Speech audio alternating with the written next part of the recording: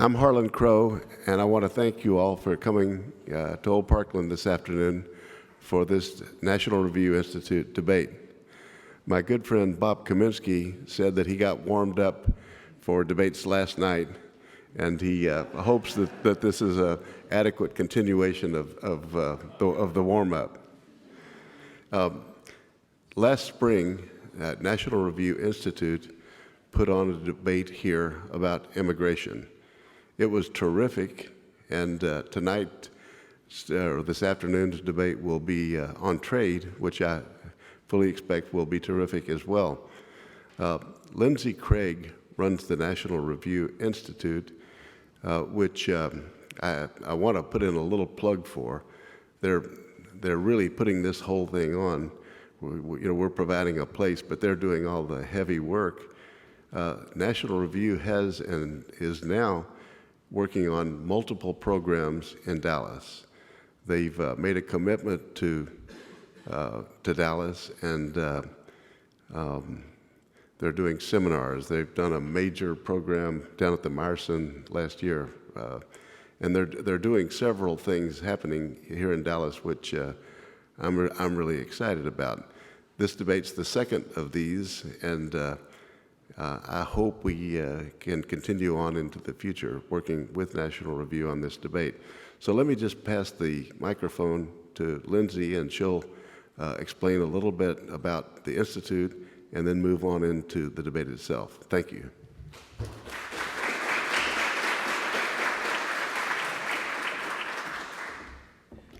Thank you, Harlan. Thank you all so much for coming. Welcome on behalf of the National Review Institute. My name is Lindsay Craig. As Harlan said, I'm the president of the Institute, which is the nonprofit sister organization to National Review magazine, with which I'm sure you all are very familiar. So with some new friends that we have in the audience this evening, I thought I'd take just a few seconds to tell you a little bit about what we're doing. Our mission at NRI is to preserve and promote the legacy of William F. Buckley, Jr. while supporting some of its top talent at the magazine. We work to expand our programs and bring Bill Buckley's legacy to millions of Americans who, whether they are familiar with Buckley's work or not, have been touched by the conservative principles he championed and the movement he supported. Fortunately, our work takes NRI beyond New York and Washington. And believe me, it's good to get into Red America sometimes. Over the past 2 years, NRI has set some roots here in Dallas. In addition to hosting several small events, as Harlan mentioned, we held our William F. Buckley Jr. Prize Dinner here last fall, which many of you attended, thank you. We added a new board member from Dallas, John Boozer. And we marked this fall the third year of our Regional Fellows Program, which we have in New York, DC, Dallas, and then this year we also launched in San Francisco, and several of our members are here today. Last year, NRI launched the Buckley Legacy Project to reach audiences across the country, including both longtime Buckley friends and National Review supporters, as well as college students who are less familiar by a lot with his work. As part of that project, for instance, we've been celebrating the 50th anniversary of Firing Line with a series of events that we kicked off right here at Old Parkland, as Harlan mentioned. That was a debate on immigration, and it was heated, but it was civil, and that was the point. For 3 decades, Bill Buckley's Firing Line facilitated civil debate on divisive issues, and we honor that legacy by practicing it today. It's a privilege to host tonight's debate on free trade in this inspiring venue. So our warm thanks to Harlan Crow and to the entire Old Parkland staff for allowing us to host this debate here this evening in this beautiful classic debate chamber. I know that you built this to honor the American experiment, and you did. It is beautiful. We are so grateful that many old friends as well as new friends joined us here today. So after tonight's debate, we hope that you will join us for a cocktail upstairs so that we can talk about the debate again. Again, civil discourse allows us to debate here and then have a drink together afterwards. So now I will turn the turn the forum over to our debate moderator, Rich Lowry, who is the editor-in-chief of National Review Magazine and a trustee of National Review Institute. Again, thank you all for coming to this.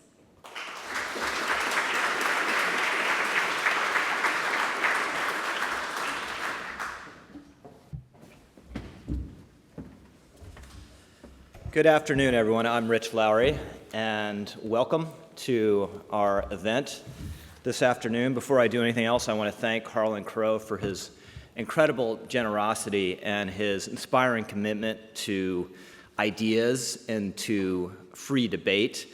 I'm always awestruck being in this space. It always feels as though we should be gathering to, I don't know, declare war on the Axis powers or something of that nature. But Harlan built this temple to reason, really, at a time when the world is incredibly unreasonable. You know, on college campuses, you'll have students and faculty repairing to the nearest safe space if they hear the wrong personal pronoun, let alone a dissenting idea. And we've been, at the national level, we've been treated to 3 presidential debates that have featured insults, interruptions, and extremely lame memorized lines. And those have been the good parts. So just in case you've gotten any wrong ideas from those debates and the jousting ahead of them, there has been no drug testing prior to this debate. There will be no menacing stalking behind any of the participants when they're talking. And yes, I'm looking at you, Reihan. I'm looking at you, Reihan Salam. And there will be absolutely none, strictly forbidden, any hint of a self-satisfied Hillary Clinton shimmying on this stage tonight. So none of that at all. What we'll do instead is have a debate about trade, which has obviously been a key driver over the last year or so of the political and policy discussion in this country. It has divided conservatives, and we'll debate the resolution this evening. Free trade policies always benefit the United States. And each debater will have a presentation, pro or against, lasting exactly 7 minutes. My role mostly be limited to keeping time and waiving this fearsome 1-minute sheet of paper when time is nearly up. Then the debater will be cross-examined by the other side for 3 minutes, and we ask the debaters to be very brief in their replies in that section. And then when each debater has had their chance at the podium here, then we'll move to Q&A. And you have note cards, which will be collected. I will tee up the questions off those note cards for both sides.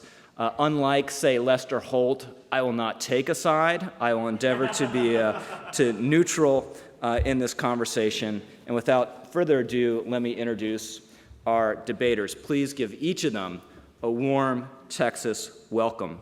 For the resolution, we have Laura Collins of the George W. Bush Institute.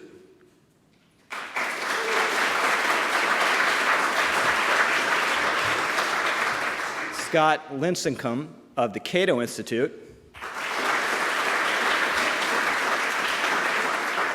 And against the resolution, we have Oren Cass of the Manhattan Institute. And Reihan Salam of National Review Magazine and the National Review Institute.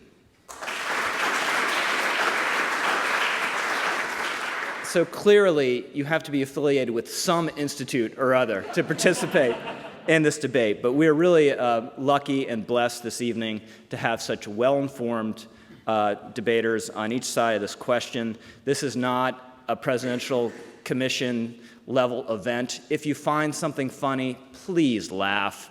If there's a point you hear that you enjoy or think is particularly telling, please feel free to applaud. And of course, it goes without saying, please show courtesy and respect to these debaters that we're so lucky to have with us this evening. And without further ado, I call on Oren Cass to speak against the resolution. Thank you, everyone.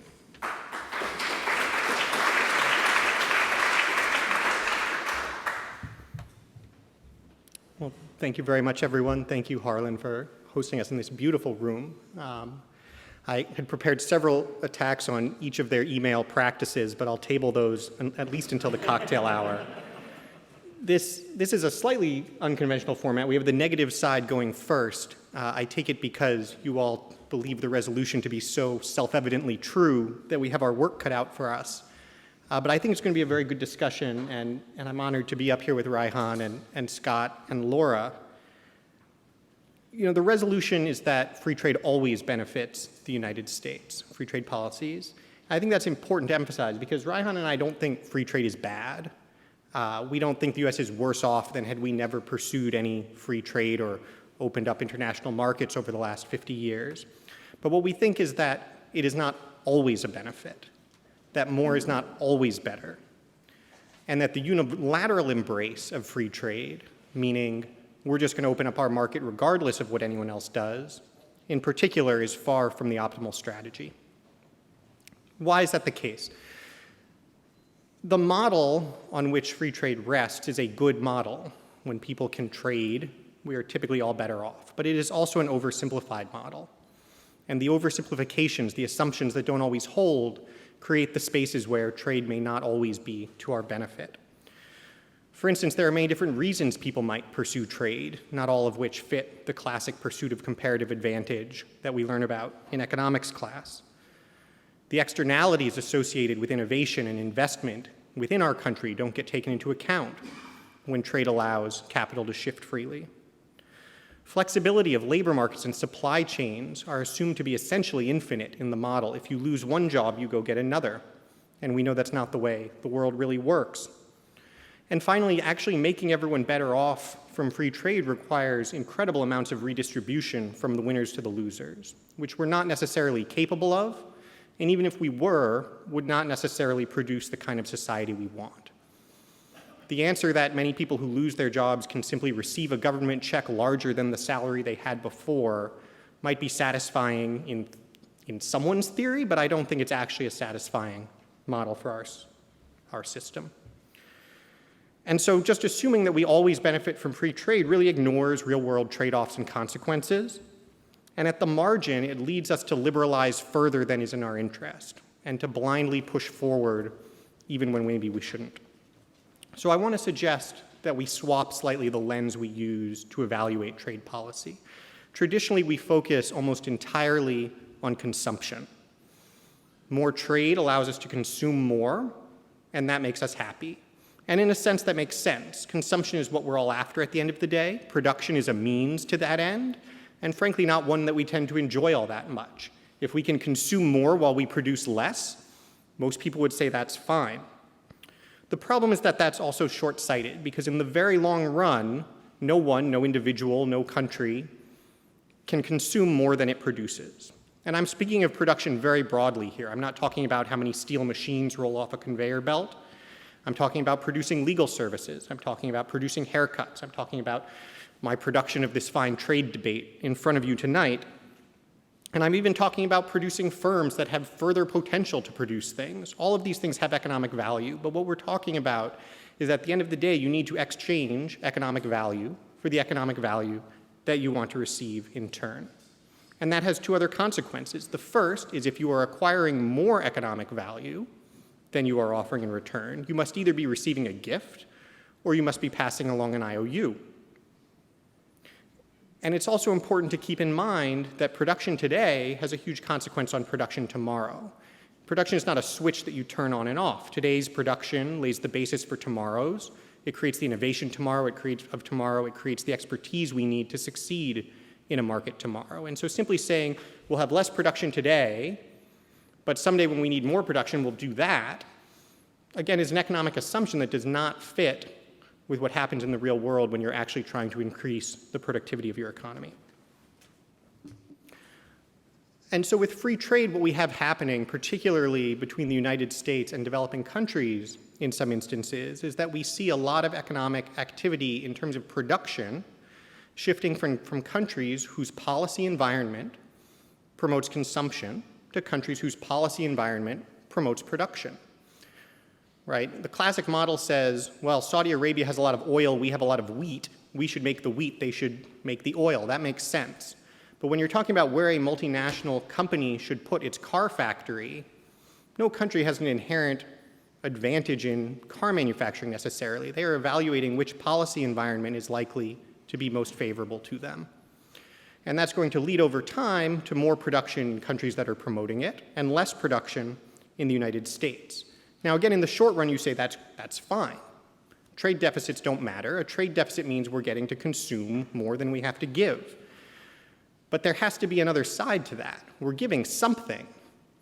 If we're selling our land in return, if we're giving equity in our companies, if we're giving government debt, which is just IOUs that our children will pay for the things that we consume now, none of those things is necessarily a good idea in the short term, and it's certainly not sustainable in the long term.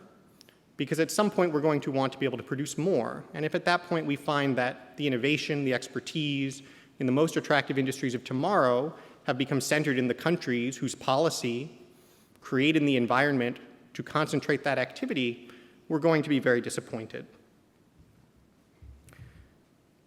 What I'm saying is not that we should interfere with free actors engaging in free exchange, because what we have today is not free actors exchanging freely. Whatever the United States does, economic actors are behaving against the backdrop of the strategic policies pursued by other countries.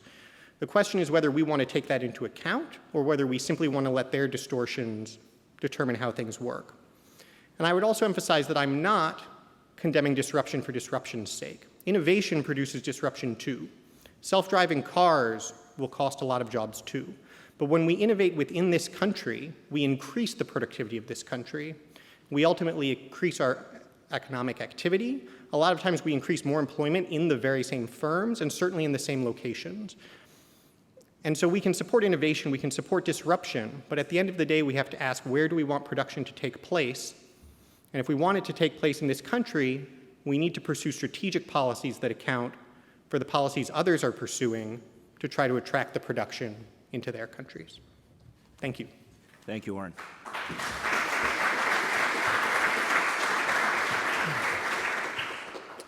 Now, Oren will be cross-examined by Scott for 3 minutes. Okay.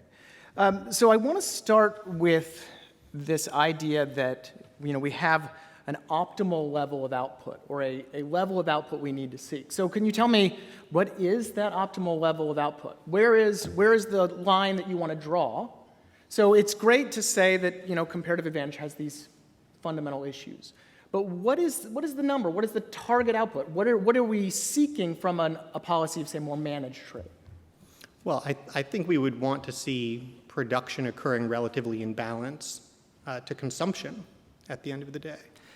Okay, so production matching consumption. So in other words, what mechanisms would you be able to put in place to pursue that? What trade mechanisms?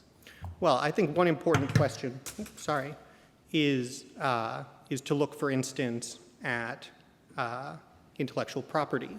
I think one of the things that we generally excel in and gives us the ability to produce more is the intellectual property that we develop. And one of the problems that we have is that other countries essentially take that intellectual property. And so an approach that worked much more aggressively to make sure that intellectual property developed here begat production here, which is likely to be the type of production we should at least be relatively efficient in, would be a way to ensure that relatively more production. Right, and so this aggressive approach would involve the imposition of remedial tariffs by the U.S. government, correct? No, not necessarily. I actually think something more akin to a sanctions framework is the way to think about it.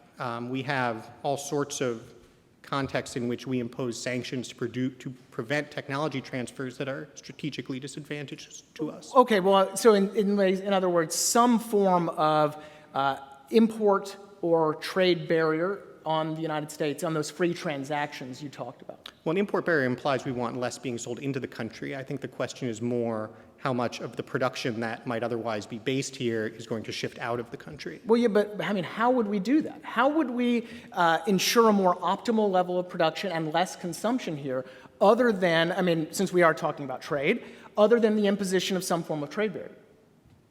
Well, a sanction is a form of trade barrier. It's not the same thing as a tariff. So to give you one hypothetical example, let's say we identified some technologies that we knew that developing countries were consciously shifting their policies towards attracting production in aerospace, biotechnology, renewable energy, I think it would be in the interest of the United States as well as the developed world generally to say, much as we do with other military technologies, we are not going to allow corporations based here to transfer those technologies into countries where the intellectual property will not be protected. We have time for about one more question. Okay.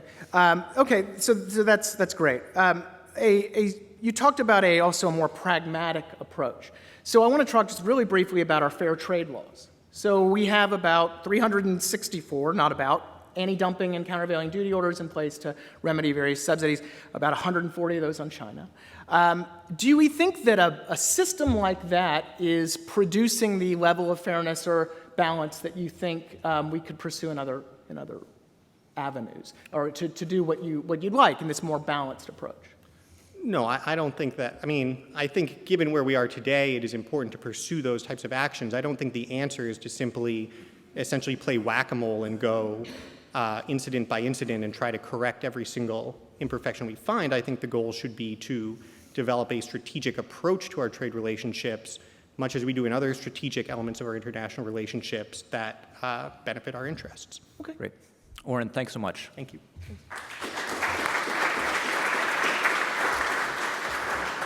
Now speaking in favor of the resolution, Laura Collins.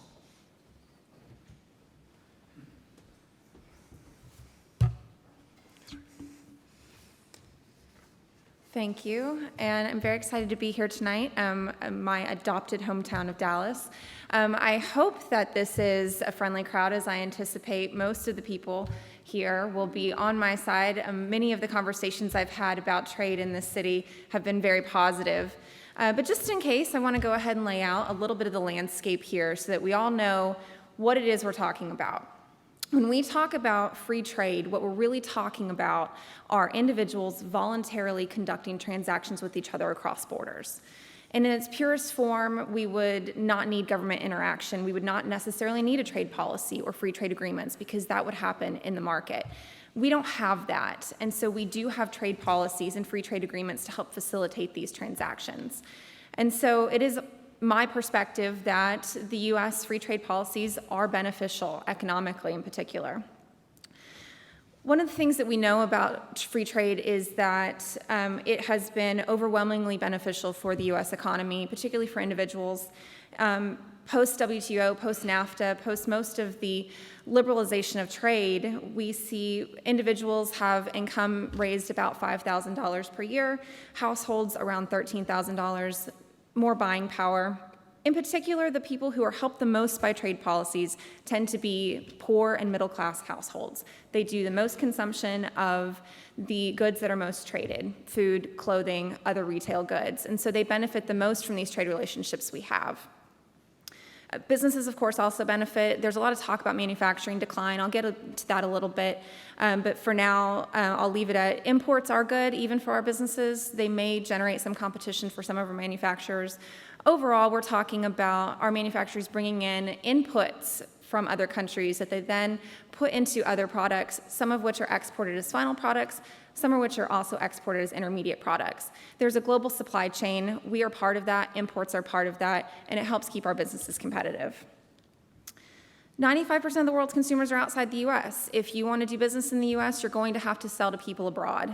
That's just easy fact. I think that no one will really dispute that, even our friends over here on the opposing side. And so these are things we have to pursue. If we want our businesses to have the ability to trade, to make money in what they're creating, we have to have these agreements to facilitate that trade. So the drawbacks. There are obviously some drawbacks, as we've seen, particularly in this election year. There are people who are very angry, people who feel left behind by trade, people who feel like the policies that we have implemented haven't really helped them.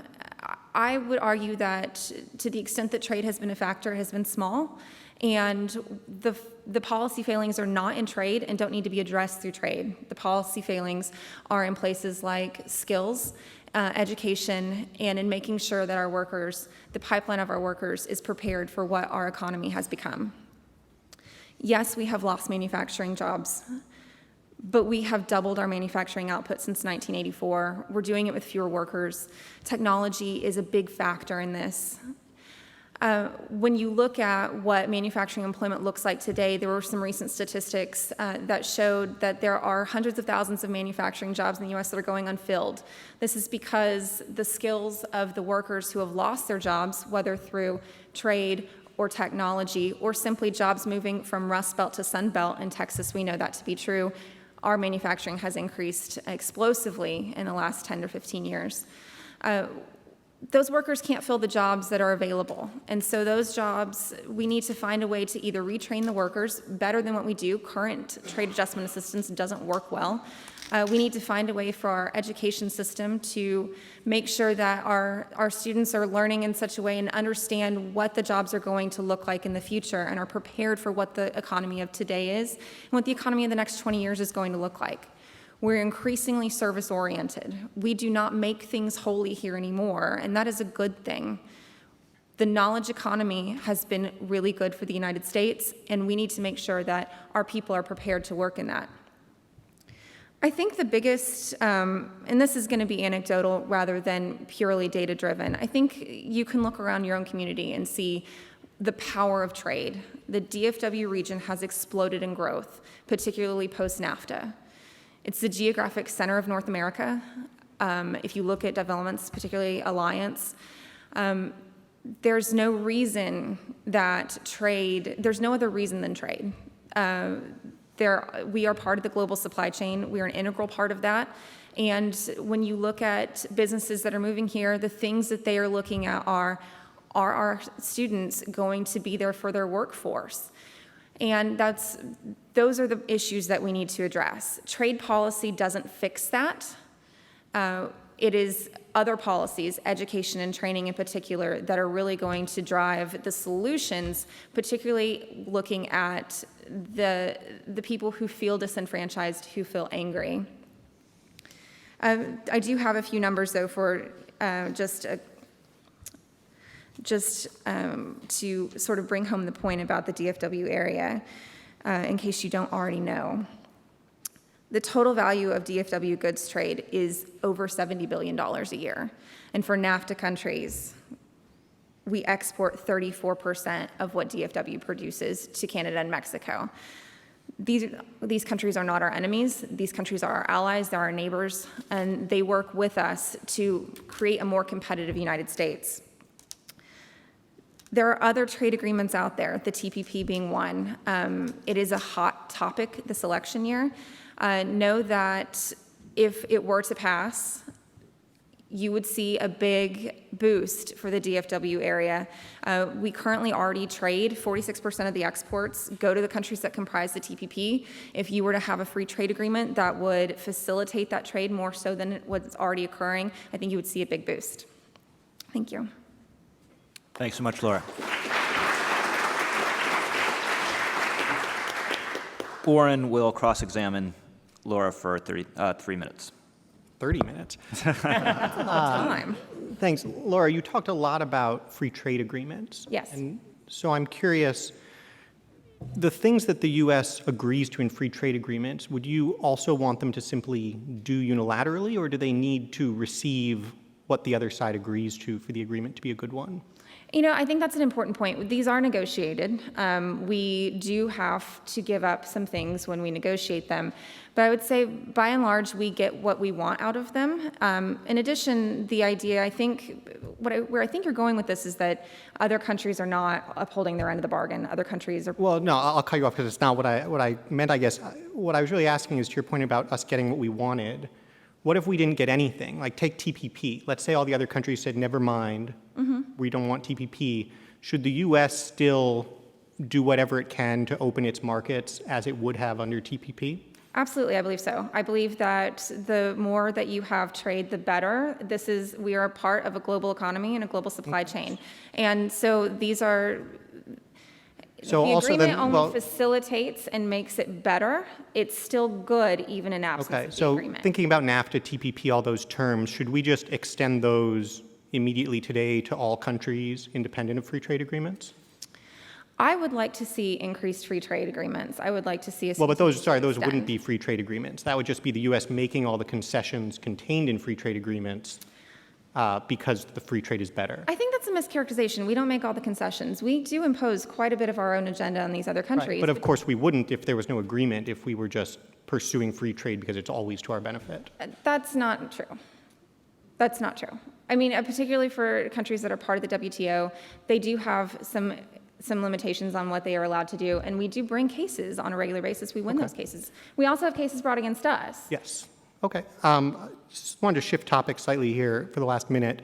Tesla recently announced they'll be opening a factory in China, making about a $4.5 billion investment. The Chinese state-owned firm will make the other $4.5 billion and will own half the company.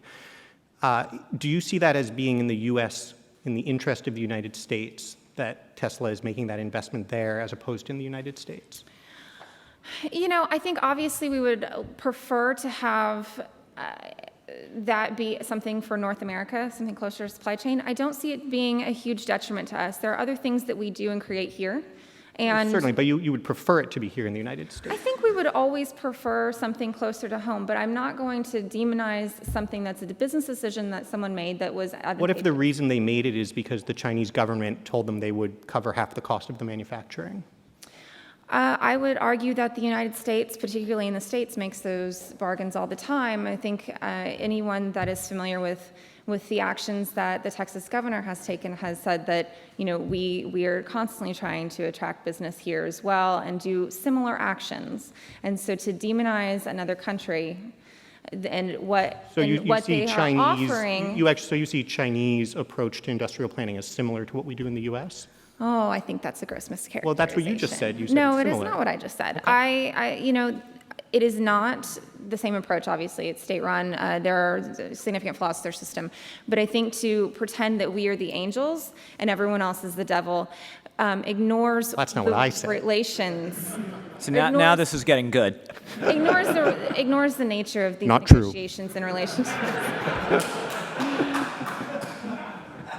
Ignores the nature of how these relationships work. And this is China's a reality. China is something that we're going to have to deal with.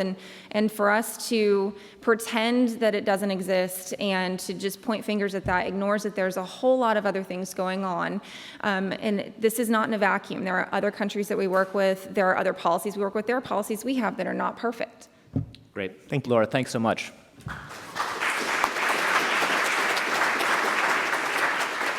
Now, speaking against the resolution, Reihan Salam.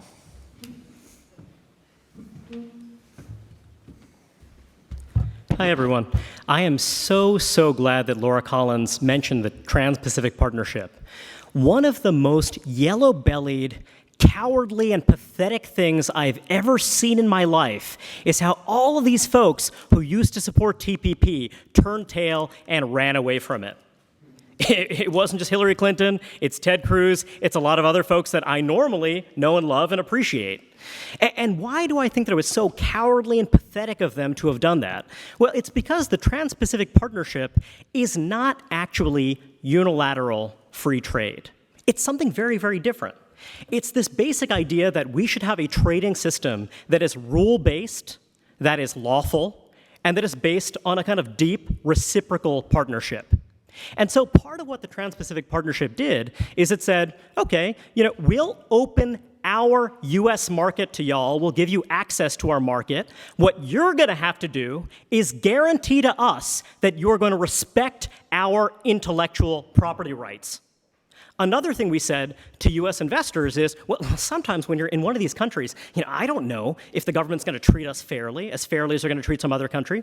So what they did is they put in place these rules around investor-state dispute resolution to help ensure that our investors who are making investments in these complex supply chains don't get screwed over. Because you know something? That happens a lot of the time, and that's why people devoted so much time and effort to negotiating this big, complex deal. There was one country that borders on the Pacific that was not part of the Trans-Pacific Partnership. You guys might have heard of it. It's kind of obscure, not on the news all the time. It's called China.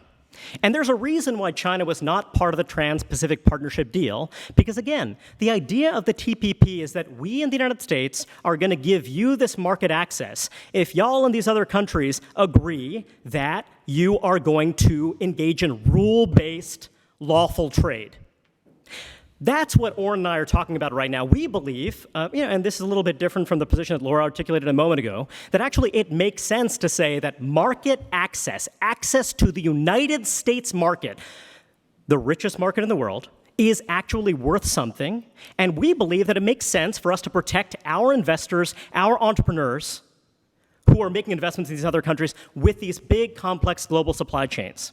And there's a reason why we did that with some countries, not all countries. There's a brilliant guy named Jagdish Bhagwati. He is a trade expert. He's done a lot of stuff with the folks at the Cato Institute and what have you. And he's made the point that, look, if you believe that free trade always benefits a country, what you're saying is that unilateral free trade always benefits you, kind of like what Laura said a moment ago. There's no point in negotiating NAFTA because what you're doing is actually, the reason why we're negotiating is as a favor to folks in these other countries, because really they should be lowering their tariff barriers on their own. And that's actually, look, it's a fine, incredible view, but I want to walk you through a case study. So there's this view that the only people we're hurting is our own consumers by having more balanced trade policies where we give and we get. If you look at China, this is a country that has been suppressing domestic consumption through a whole slew of policies for literally decades. Now, what does it mean when you suppress domestic consumption? What it means is that you also suppress the number of imports that folks buy, okay? So then China has a much bigger trade surplus, and then their savings go up. Now, so that's literally what a trade surplus is, by the way. What that means is that you have more savings than you have investment inside your economy. Then China exports those savings to the United States, and what that does is that depresses interest rates in the United States. And when you depress interest rates, the US dollar gets stronger, and then US exports will tend to fall, imports tend to rise, and also employment in the tradable sector also tends to fall. So normally what we do when employment falls in the domestic economy is we cut interest rates. I don't know if y'all have noticed, but interest rates are pretty darn low right now. We've been pressing that button, cut interest rates, cut interest rates, cut interest rates, for a really long time. And it's distorted our economy in all kinds of ways. Don't have to explain it to you. We've got some really smart folks in the audience, but something to think on. Okay, so if you can't just cut interest rates and push down on that lever, what do? Well, we have a brilliant idea from all of our Keynesian demand managers, all of our politicians. What they say is that what you have to have is expansionary fiscal policy. What that means is that we grow government without actually paying for it with taxes. Oh, that's a brilliant idea. Yeah, problem solved. We've got all of the domestic employment we need. It happens to be in government a lot of the time. It happens to be in other domestic sectors that are subsidized by government a lot of the time. Okay, well, that's great, right? We now have this expansionary fiscal policy. People have jobs. They're make-work jobs. They're government jobs. But again, people have these jobs so they can buy stuff. So then what do the Chinese do? Well, great, saved by the bell. The United States has embraced expansionary fiscal policy that expands their levels of public debt so we can just keep on our merry way, keep suppressing domestic consumption. Now, what I'm saying is that you guys might remember there was a song by Sting many years ago that said, "I hope the Russians love their children too." And he made that song because he was saying that American Cold Warriors hated the Russians. We hated the Soviets, and that's why we were pursuing these terrible policies. Actually, no.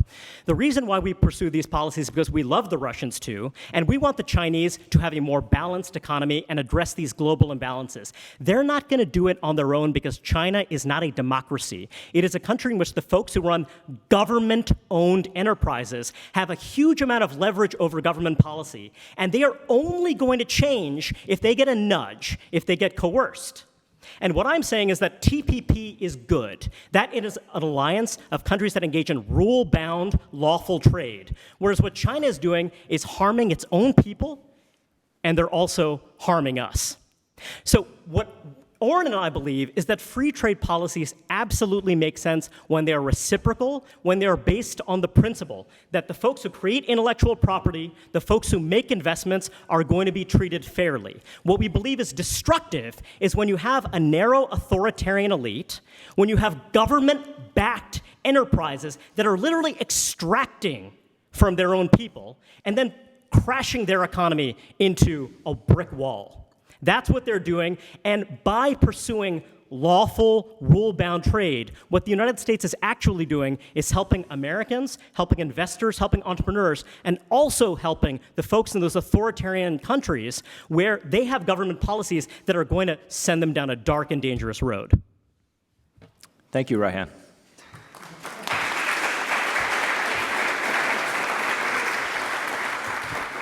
Don't think we didn't notice, by the way, when you're down here in Texas, you start dropping those y'alls. I heard all those y'alls.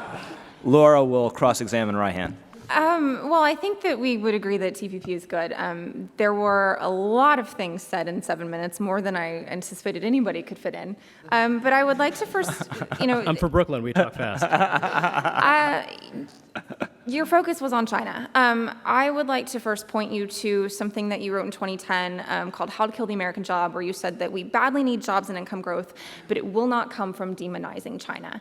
So explain to me how that is compatible with what you were saying today, and why you, and if you have more to say than just simply demonizing China. Oh, absolutely. Look, so what I believe is that the Chinese people deserve to have a higher quality of life, and they deserve to have fair policies that do not suppress their domestic consumption levels through all kinds of manipulative policies, including just punishing tax policies that actually extract from the rural poor to put that money in the hands of, to put it in the form of cheap credit in the hands of state-owned enterprises. So what I believe is that just like those cold warriors who are accused of hating the Russian people, I believe that I actually care a lot more about Chinese folks, including Chinese consumers, and that's why I want more balanced policies. I want to move away from this dangerously imbalanced global economy. Well, you're talking about, though, that these I'm policies demonizing the Chinese Communist Party, that much You is are fair. demonizing China, and you're demonizing them in a way that you say that they're hurting their own people, but that's not addressing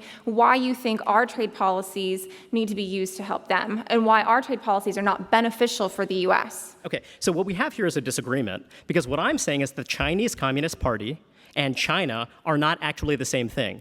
I'm suggesting that the Chinese Communist Party is a narrow clique of people that is not actually accountable to the Chinese people, but rather accountable, in many cases, to the folks who run these, again, government-owned enterprises that have been fattened off of cheap credit, and that credit comes in the form of money extracted from households.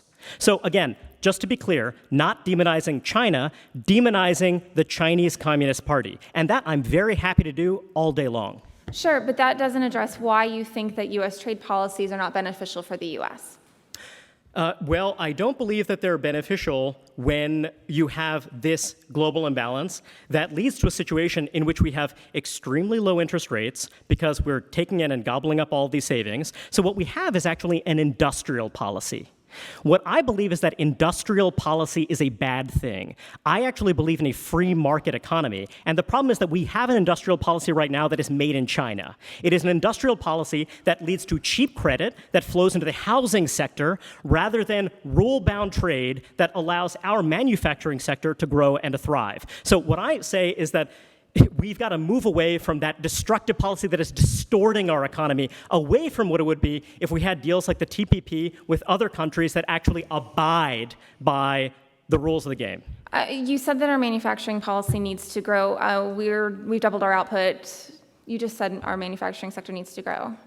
Well, what I said is that in the absence of these distortions, maybe it would grow, maybe it would shrink. I frankly don't really care. If all manufacturing jobs went away tomorrow and it was all robots, that would be just fine to me. I have zero problem with that. But there are a few things about what you said about manufacturing, however, that I'd like to address, and thank you for asking the question.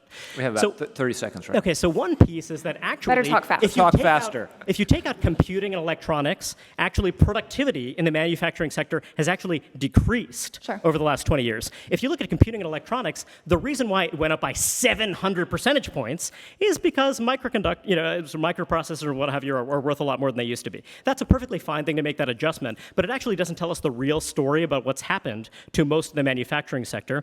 And the other thing is that jobs in the traded sector, like not just manufacturing, but manufacturing is part of it, those jobs have remained the same pretty much over the last 25 years, whereas jobs in the non-traded sector have increased. Now, the trouble with the traded sector is that the traded sector is where you have huge amounts of value added compared to the non-traded sector, meaning government, and a bunch of other sectors that are subsidized by government. So yeah, I actually do believe that jobs in the traded sector do matter, but certainly not manufacturing as such. That's all I have time for. Reihan, thanks so much. We'll hear from Scott next in favor of the resolution. Well, first of all, thank you for having me. I'm a hometown Dallas guy, so it's always great to get back here. Go Cowboys. Obviously, see, yeah, that's right. There we go.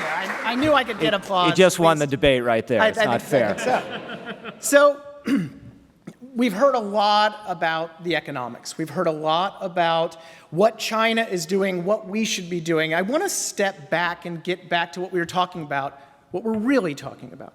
Free trade is, at its most basic, simply the absence of government in the voluntary cross-border transactions among individuals. It is not about countries. It's not this country versus that country or the Chinese Communist Party or the American government. What it is about is getting government out of the way so that Americans, us, can transact with whomever we want, whenever we want, wherever we want. It is the voluntary, these transactions produce proven benefits. There was a recent survey of Nobel-winning economists at the University of Chicago. They asked them, would you support the imposition of trade barriers in order to produce domestic manufacturing, employment, or employment? It was 39-0 in favor of free trade. Now, trade also produces indirect costs. There's no doubt about that. That's what creative destruction does. It's the destruction side of the equation. But the fact is that Laura has demonstrated, I think, pretty well that while these costs are very real, they're often exaggerated or just plain false.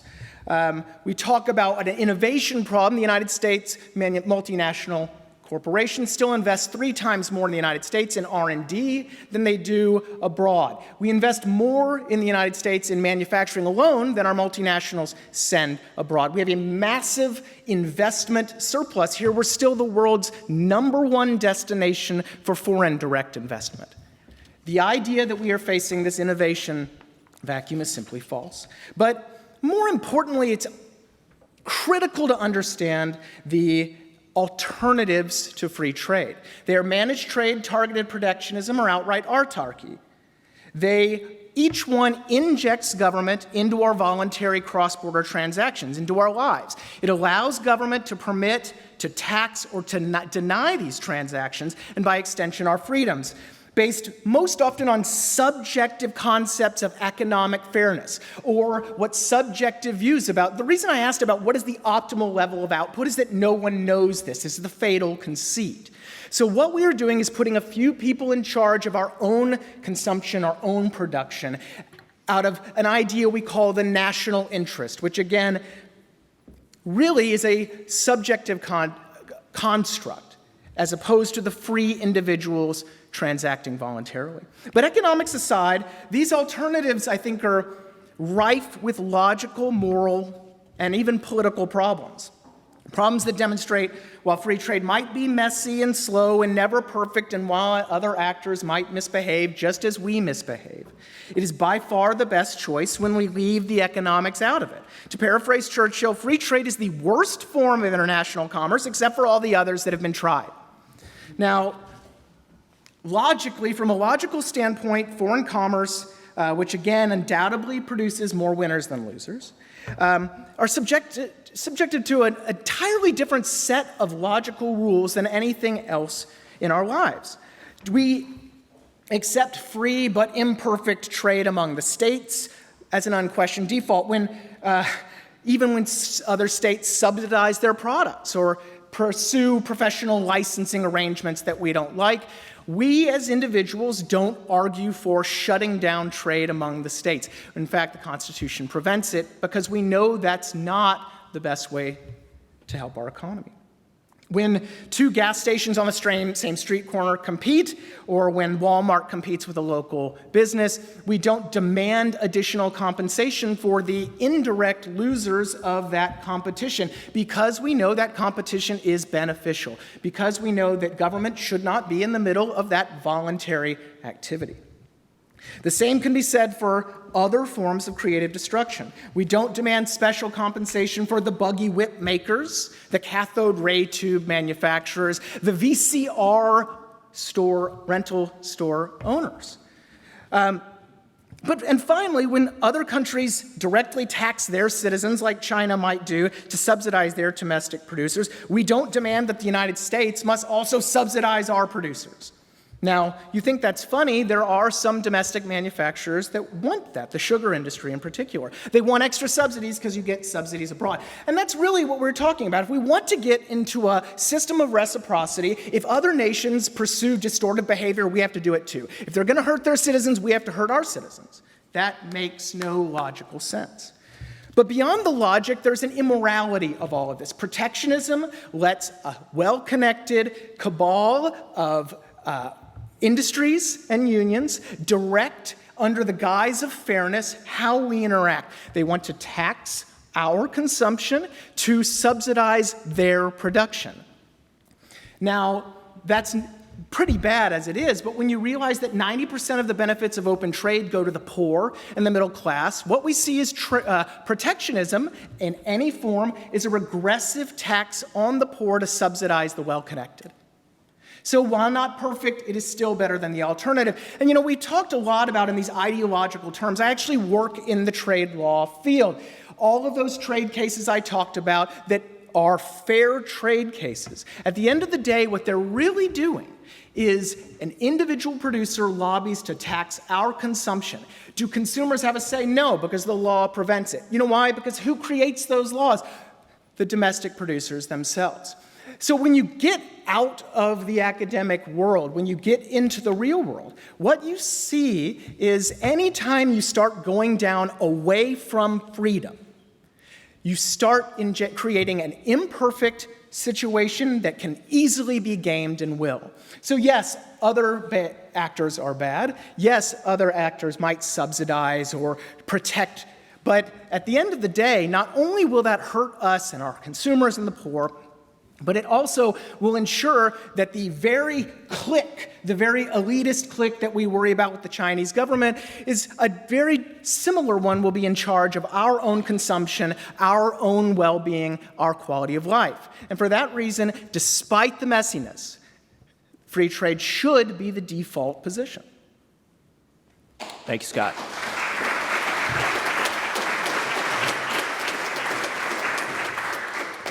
Reihan, you have 3 minutes to cross. Thank you for a spirited defense of free trade, most of which I imagine Oren and I would heartily embrace. So one question I have for you, you make both kind of utilitarian arguments, and you also make arguments that are rooted in principle. Right. So let's say free trade had huge benefits for 90% of the benefits went to the rich, and only 10% of the benefits went to the poor. Would you still be for it? Yes. Excellent. So tell me about... Wait, no, and I want to go back. And the reason gets back to what I'm talking about. And the fact is that the economics are important, and I think we have the economics on our side.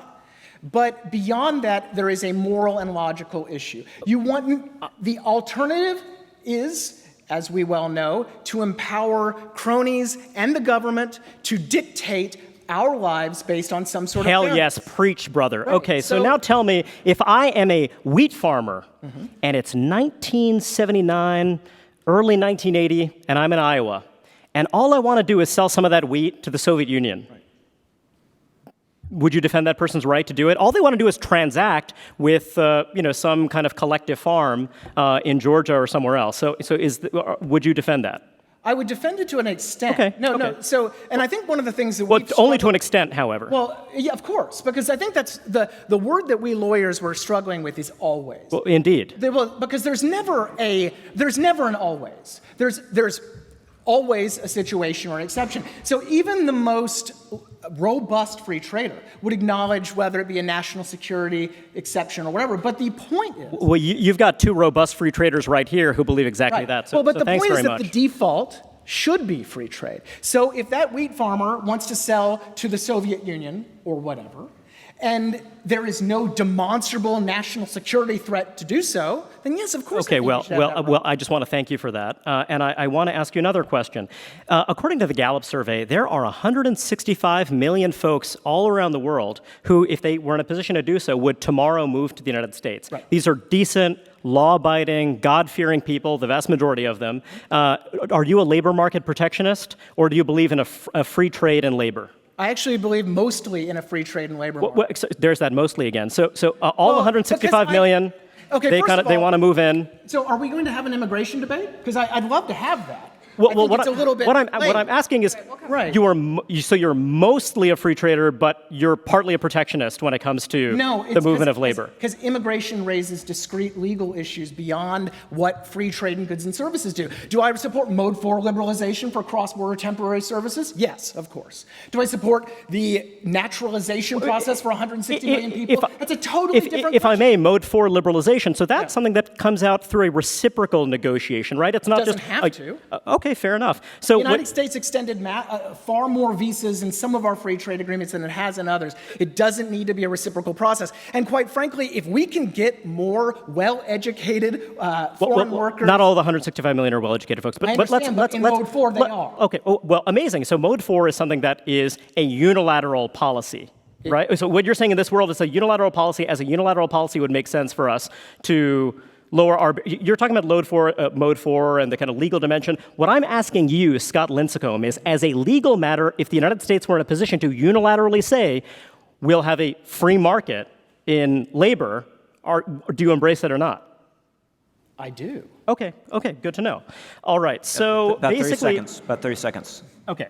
So basically what you're telling us is that in the case of the Soviet Union, there's going to be an exception, but not in the case of China, despite that China may well be a threat along many different dimensions. And that's actually misrepresentation. What Okay, I'm saying is fair that enough. the default should be in favor of free trade always. That unless there is a verifiable national security threat, that individuals should be able to transact with whomever they want, whenever they want, wherever they want. Now, the reason that this is so important, the reason the default must Do be interest rates trade- have an effect on the U.S. economy? Excuse me? Do interest rates have an effect on the U.S. economy? Of course. Okay, so if another country's policies distort our interest rates and affect the allocation of resources in our economy, is that something we might want to be concerned about? It might be something we're concerned about, but the result should not be protectionism. Okay, so it sounds- this is the issue. Okay. The solution is always going to be protectionism. No one doubts that we have real problems in the American economy. No one doubts that we have labor dynamism problems or business dynamism problems or taxation problems. But what I'm saying is that in terms of protectionism being the first choice, the second choice, or really even anything but the last choice, of course, that's my position. It should be the last choice. Okay, Thank got you, it. Scott. So you are interpreting Reihan, we have always to move on. differently. Thank you so much, Scott.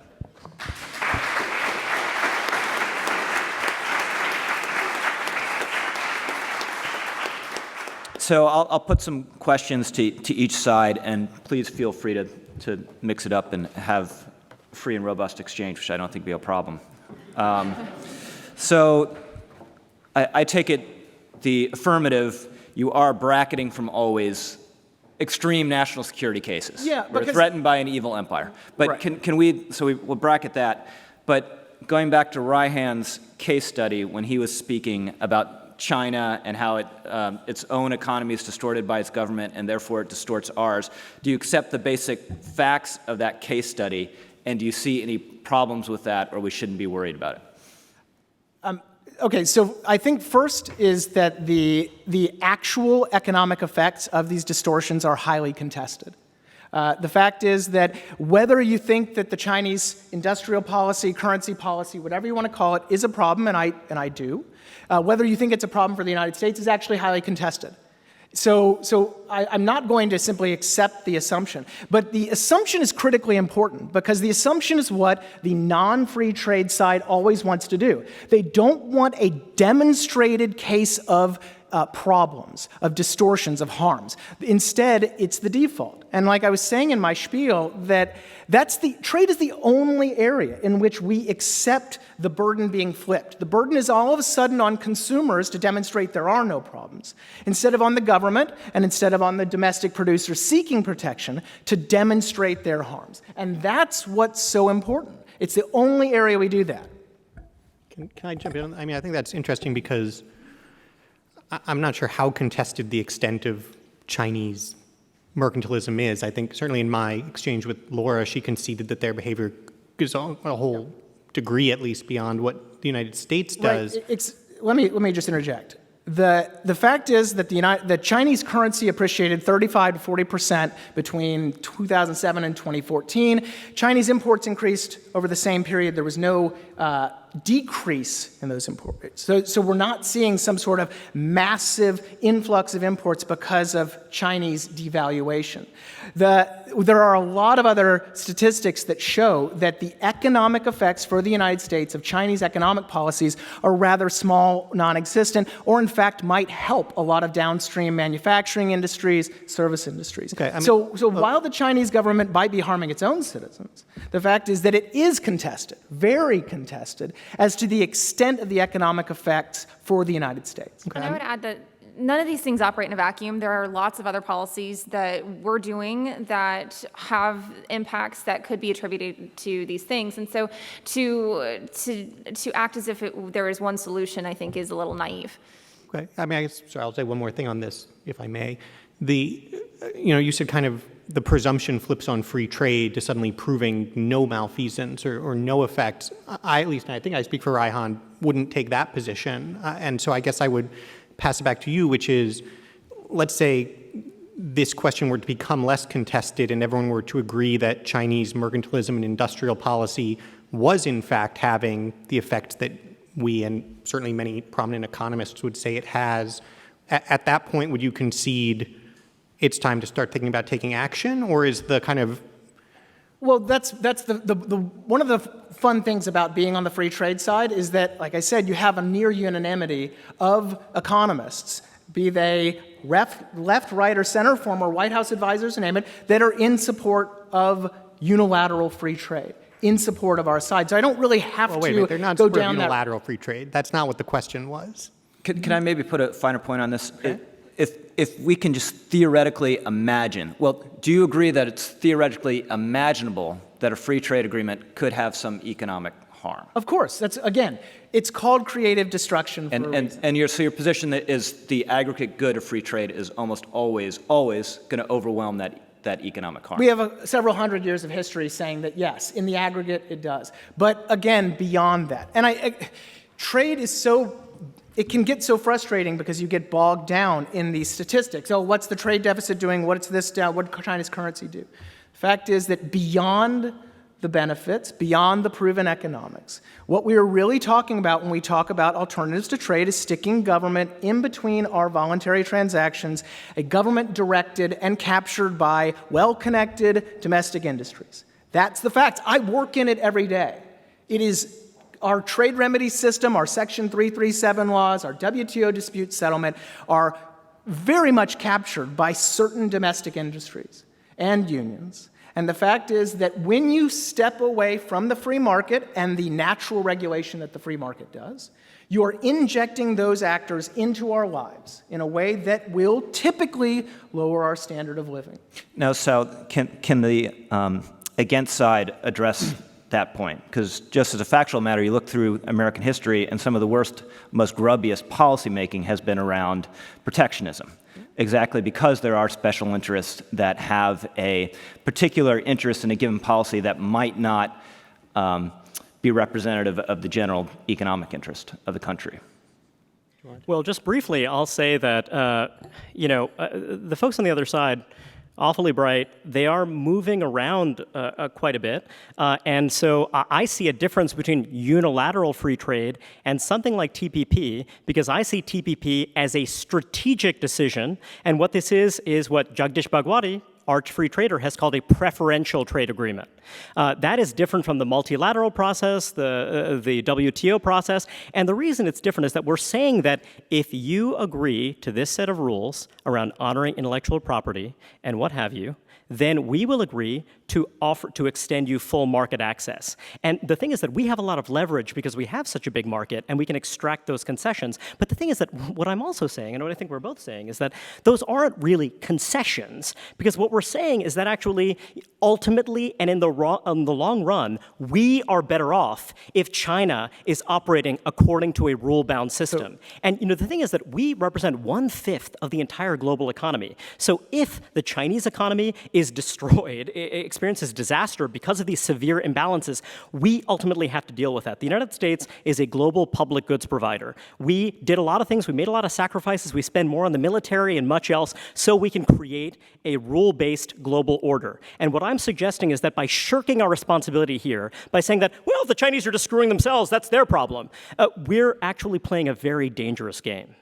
No, so TPP is a great example of what I'm talking about. It's a wonderful example. The TPP, which the Cato Institute, we've come out and we've supported, is far from perfect and actually gives us wonderful examples of just the type of cronyism I was just talking about. Sugar is almost entirely absent from the liberalization of the TPP. Textiles, we have a managed trade provision with Vietnamese textiles. They can only ship us the amount of T-shirts when they produce our cotton. This is not free trade. The United States, several congressmen that just so happen to have pharmaceutical producers in their districts are demanding extremely long 12-year patent terms for biologic drugs. Vietnam might not need a 12-year patent term for biologics. So my point is that, again, once you step away from a unilateral model, once you step away from a real free market model, you're inviting those actors to take over the process. And by the way, you're eroding public support for free trade because it looks like such a rigged game, to borrow a phrase we've been hearing a lot lately. Fact is that when a bunch of pharmaceutical representatives get behind closed doors and negotiate 12-year patent terms, the American public thinks that kind of stinks. And you know what? I agree with them. Well, Reihan kind of touched on this, and I think it'd be helpful. I agree. It feels like two positions from your side at this point. In taking TPP as the example, Laura, I understood to be saying that TPP is the goal, and a negotiated TPP. No. I started with the premise of what we were talking about in terms of what is always beneficial, and then I said that the agreements are used to facilitate that relationship. But I guess the question is just, which would you prefer? Do you prefer that we negotiated TPP, or would you have preferred that the U.S. simply concede? Like, you're in charge of U.S. trade. You can either pursue TPP. Oh, wow. You can either pursue TPP. A lot of power. Or you can say, forget this trade negotiation thing. Everything we were going to do to open our market in TPP, we're just going to do, and those other countries can do what they want. Well, but I think that you're ignoring the fact that because we don't have the optimal conditions, we don't have that perfect world, that we have to We're just trying to nail down your position. That's all we're trying to do here. Well, so I think that the difficulty, free traders have a very love-hate relationship with reciprocal trade agreements. The fact is that reciprocal trade agreements certainly have value. Value mainly in creating enough domestic producer support for the elimination of protective trade barriers in the United States.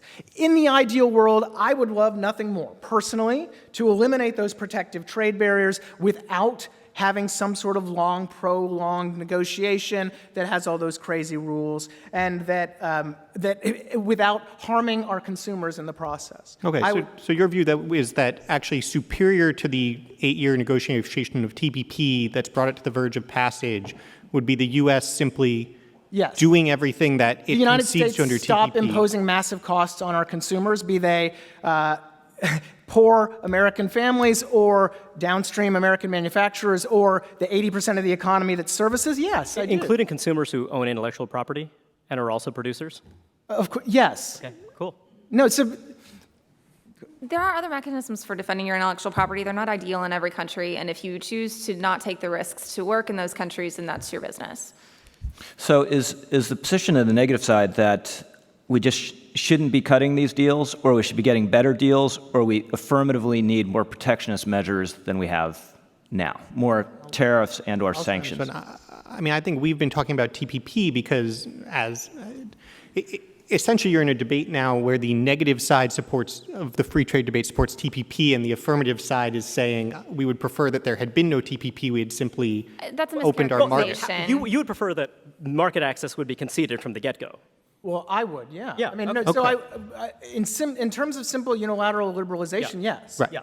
So it's actually the free trade side that thinks that TPP is kind of a waste of time and a cronyist exercise, and it's But- our side that thinks that TPP is actually the correct way to pursue free trade, which is to say that free trade within a rules-based system is effective. You're Outside ignoring of it, that, but you're it is ignoring not. that something like the TPP is about so much more than trade, because when you talk about it being a way to assert a presence and box out China, you're talking about more than just market access. I mean, you're talking about more. talk to Scott here. Yeah, We support that's the TPP. debate. Yeah. No, and Scott and I have had this debate as well, and so this isn't, I'm not taking your side, but what I am saying is that this is.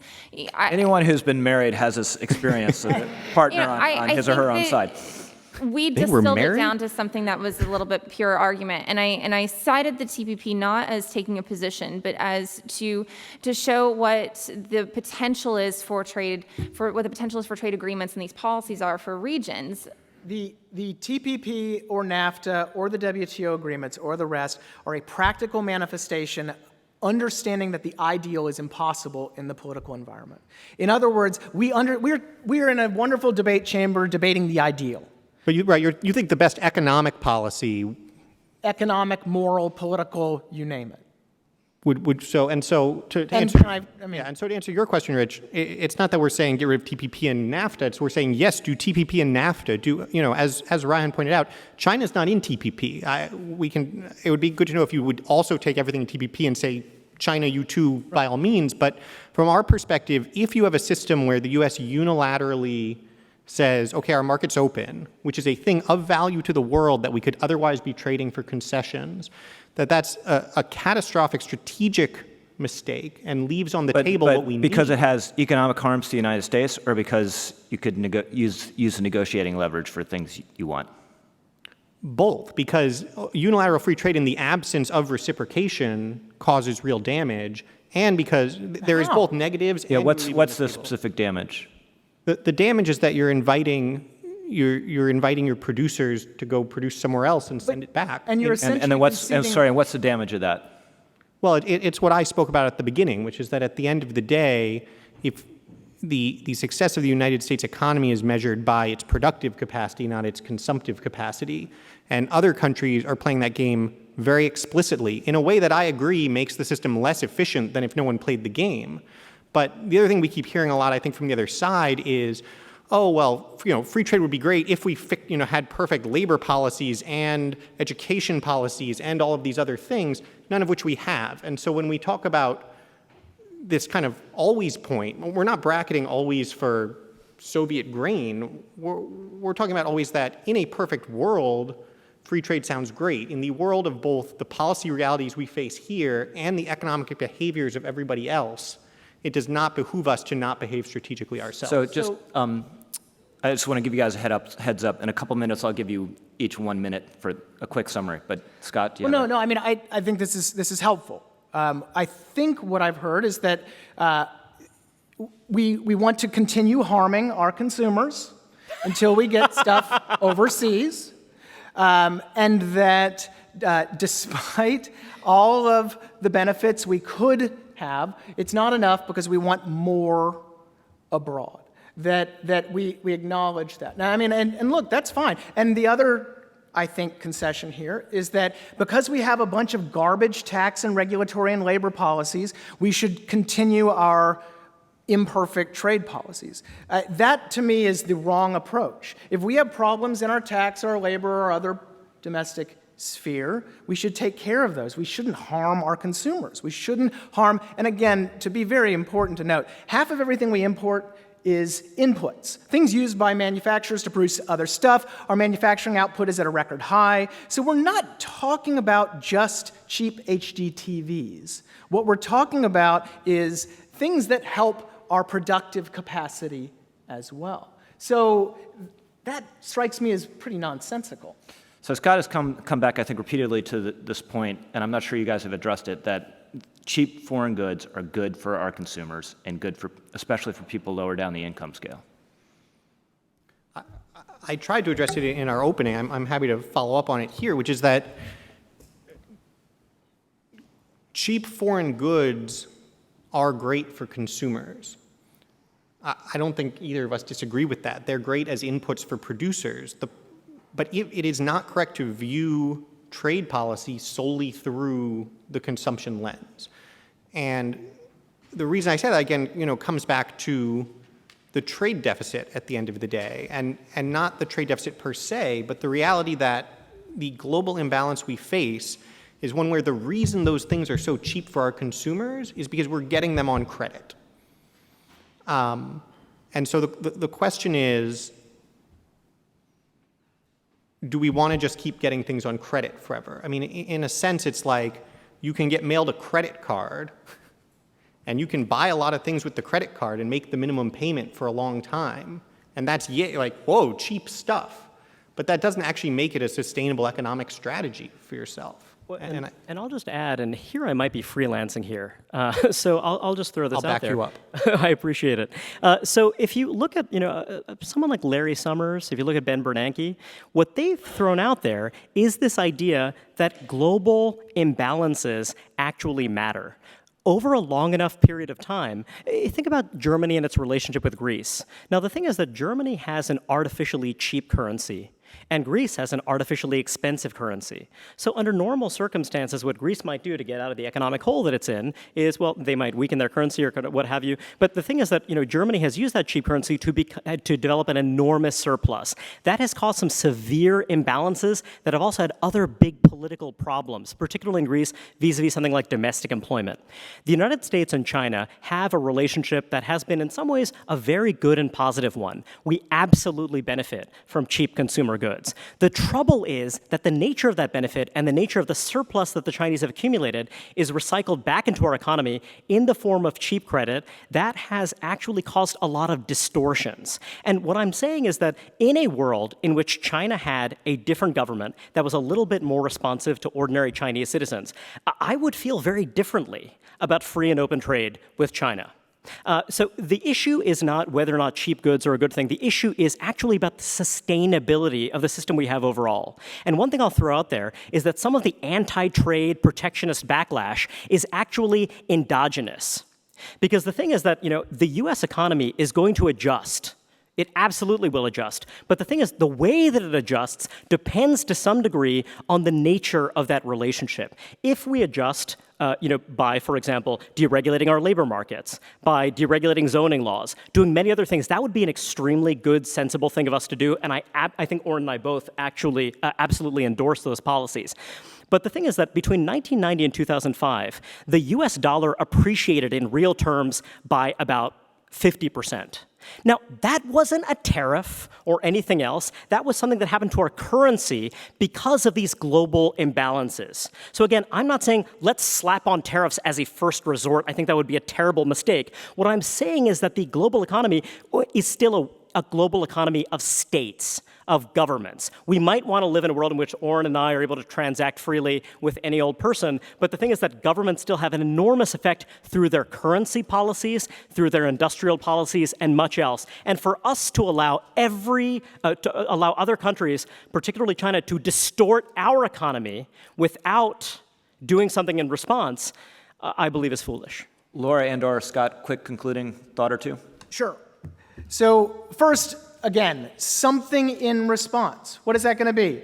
Targeted protectionism, managed trade, or autarky. All of those things are going to result in the injection of government and all of those things I keep saying over and over and over. Corruption, cronyism, and the rest into the system. Cut the corporate income tax. Yeah, I agree. So, but I think this is great. Global imbalances, because this is what I want to close on. About 6 years ago, everybody was talking about global imbalances. Everybody was complaining about China manipulating their currency, they wanted to actually implement a countervailing duty law change that would have allowed for the imposition of duties, very large duties, on anything made in China, pretty much, anything made in any other country that had manipulation, this type of currency policy in place. So this was opposed by we free traders. What we basically said was, look, China's currency issues are going to eventually solve themselves. Meanwhile, we shouldn't implement a massive new bureaucratic system, or at least a new lever, to impose huge taxes on American consumers and American businesses. Well, here we are today. China's currency is now, according to the IMF, fairly valued. The global imbalances in terms of China's trade surplus as a percentage of its GDP are way, way down. We do not have that law in place. Now, do you think if that law were now in place, those duties would magically disappear? Do you think the domestic industries that are loving that protection are just going to let that go away? Well, let me tell you, I just worked on the 23rd annual review of rotor bearings from Germany in a dumping case. They don't go away. And the reason is quite simple. Because we have an imperfect system to impose imperfect protectionism, and anytime you actually step away from the fun theory of imbalances and you get down to the nitty-gritty of imposing that protectionism, you're going to end up in the 23rd administrative review of rotor bearings. You're not going to do something to solve this problem. Nobody here would deny that free trade is messy, it's going to have problems, there's imperfections, other countries do bad things, we can do some bad things as well. But what we can say is that the alternative to our approach is far worse. And in the process, it hurts American families, it hurts American businesses, and thus should be rejected. I guess briefly I would say two things. One, I feel like there's a slight unfair imbalance here, which is that on the one hand, there's a defense of the ideal of free trade, and on the other hand, there's a critique of the messiness of correcting for it, or correcting for the problems. And I think we should probably focus either on the ideal versus ideal, which is that an ideal with ideal policies we're talking about would be better, or a messy versus messy, which is that we're in a world of TPP negotiations and WTO litigation, and that in that context we're not doing especially well for ourselves. And so from either lens, I think it makes sense to think about policies that are a little bit less purely free trade. And then the thing I would close on is just to say, this cheap goods are good thing sounds great in the abstract, and that's why I would, one more time, encourage you to just think about the production side and think about what it will mean if China, which has made it a national priority to develop a domestic aerospace industry and forces any U.S. company that wants to do aerospace business there to transfer its IP and technology to state-owned enterprises, rolls out essentially a replica 787 subsidized by the government at half the cost. Now, that 787 will be cheaper to American consumers. It will make airfares go down, presumably. But I would argue that it's impossible to make the case that it is better ultimately for American consumers or producers or the American economy if we don't do anything to prevent those types of behaviors by other countries. Thanks, Oren. That's all the time we have for this event this evening. I have to say my one key takeaway is that we've heard so much over the last year that we're having a trade debate in our country. We have not had a trade debate in our country until tonight, where we had a terrifically informative and invigorating trade debate.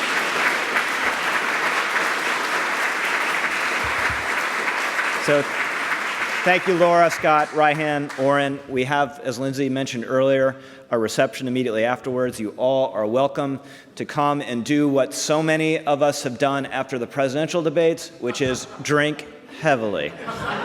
Thank you very much.